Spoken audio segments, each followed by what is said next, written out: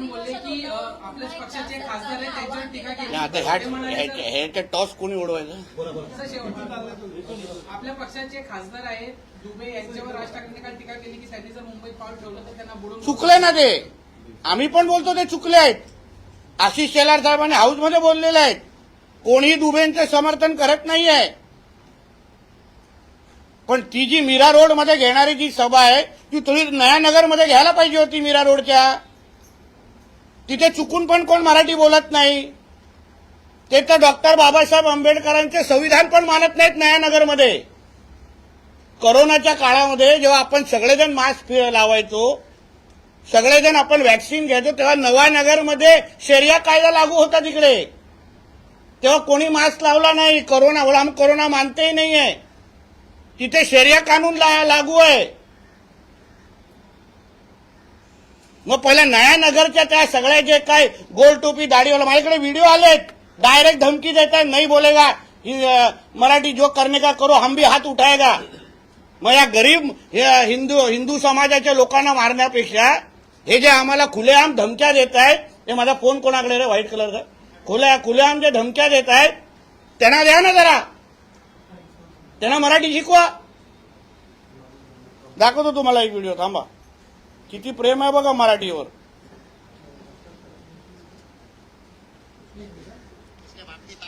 मराठी बोल के दिखा दे.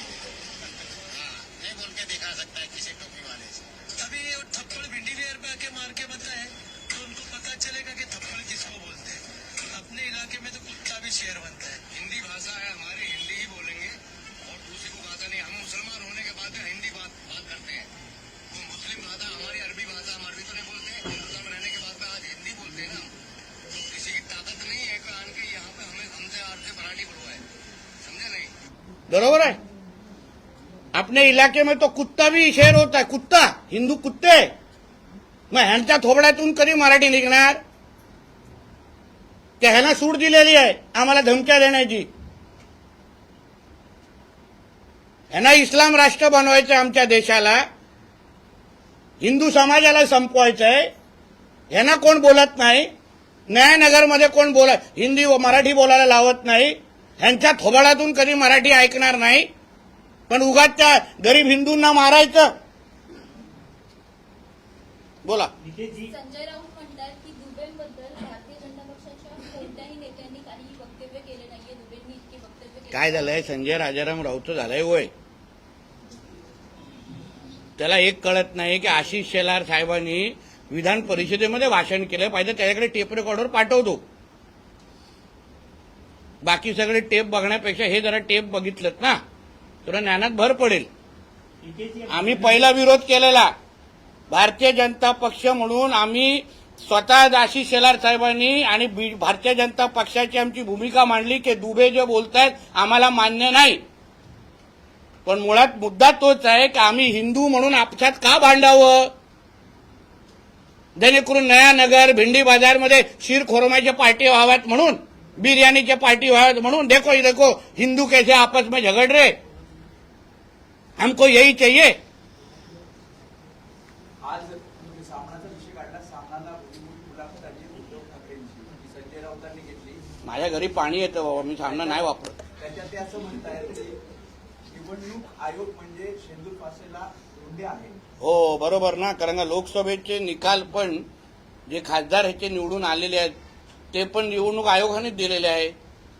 तेव्हा का निवडणूक आयोग वाईट वाटला नाही? तेव्हा तर अल्लाह अकबर करून हा नाचत होता सगळीकडे नलबाजारमध्ये. तेव्हा का तुम्हाला निवडणूक आयोग लोकसभेच्या नंतर वाईट वाटले नाहीत?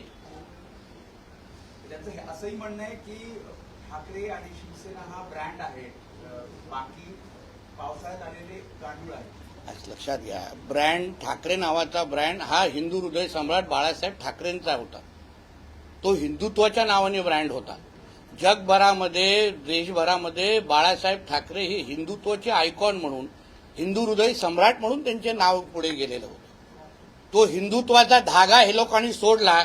या जिहाद्यांच्या प्रेमामध्ये हे लोक पडले, या हिरव्या सापांच्या प्रेमात हे लोक पडले आणि आज ते हिंदू ब्रँड संपवण्याच्या नावाने स्पष्टीकरण द्यायला लागतंय ना. मग ही चूक आमची आहे का त्यांची आहे का त्यांनी हिंदुत्व सोडलंय? राज ठाकरेंनी आवाहन केलंय की ज्या पद्धतीने आता कोणी? राज ठाकरेंनी की मुख्यमंत्र्यांनी सांगितलं की पहिली ते शाळेमध्ये इथली सक्तीकरण करून बघा, आत्महत्या करायची असेल तर तुम्ही करावी. माझं म्हणणं आहे की शाळा बंद करण्यापेक्षा मदरसे बंद करून टाका ना, बंद करून टाका मदरसे, कारण त्याच्यामध्ये आतंकवादी घडवण्याशिवाय काहीच होत नाही. अहो, बुलढाण्यामध्ये एका मदरस्यामध्ये यमनचे नागरिक लपलेले, यमनचे असंख्य मदरसांमध्ये तिथे जिलेटिनच्या काड्या सापडतात, तलवारी सापडतात. मग हिंदू समाजाच्या मध्ये भांडणं लावण्यापेक्षा, आमच्या शाळा बंद करण्यापेक्षा मदरसे बंद करून टाका ना. कारण ते आतंकवाद्याचे हड्डेच आहेत. ते शिक्षण कुठे आहे तिथून? सर हिंदी में जाना चाहिए. हो गया मराठी.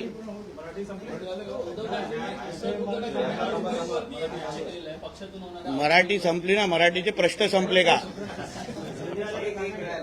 उद्धव ठाकरेंनी पक्षातून होणाऱ्या आउटगोईंगवरती पण भाष्य केलेलं आहे. बला गेलेली आहे, तसेच अनेक जे लोक गेले ते बाहेर काय दिवे लावतात जनता पाहते. हो, बरोबर. शेवटी काय उद्धव ठाकरे आणि आदित्य ठाकरेच राहणार आहे, बाकी सगळे मला निघणार आहेत. स्वतःची चूक कधी ओळखायची, आणि मी माझं कुटुंब, माझी जबाबदारी, तेवढंच. मी आणि पाटणकर, तेवढंच. मुंबईला गुजरातच्या ताब्यात घ्यायचं आहे असा कट रचला जातोय केंद्रामधून, असंही काल भाषणामध्ये राज ठाकरे अहो, मुंबईला आणि देशाला, महाराष्ट्राला इस्लामीकरणाचा खरा धोका आहे. जिहाद्यांकडून आपल्याला धोका आहे. ज्या जिहाद्यांना आपल्या ह्या देशाला इस्लाम राष्ट्र करायचं ना, त्यांच्याकडून धोका आहे. म्हणून हिंदू म्हणून आपण जेवढे एकत्र राहू, आणि मी तुम्हाला विश्वासाने सांगतो, मराठी समाजाला पण हा विषय आवडत नाहीये, जे काही विषय चाललेले आहेत. आम्ही पण मराठी समाजाच्याच लोकांवर निवडून येतोय. कुठल्याही मराठी माणसाला अशा पद्धतीच्या हिंदूंमध्ये फूट पाडणं हे आवडत नाहीये. कारण का आमच्या गणेश चतुर्थीच्या वेळी, आमच्या होळीच्या निमित्ताने जे काही विघ्न तयार केले जातात, ते तयार करणारे हिंदू नसतात, ते जिहादी असतात. गणेश चतुर्थी साजरा करत असताना सगळे हिंदू, सगळे सण साजरा, सगळे हिंदू एकत्र येतात.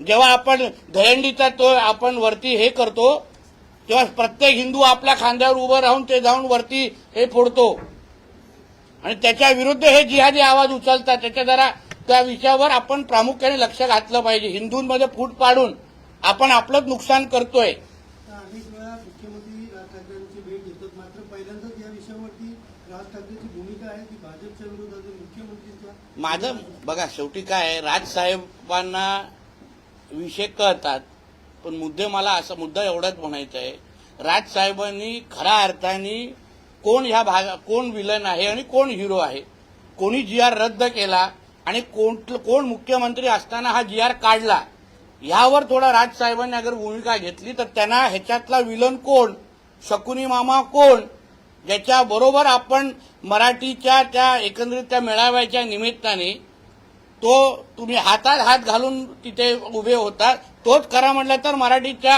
हिंदी सक्तीचा शकुनी मामा आहे.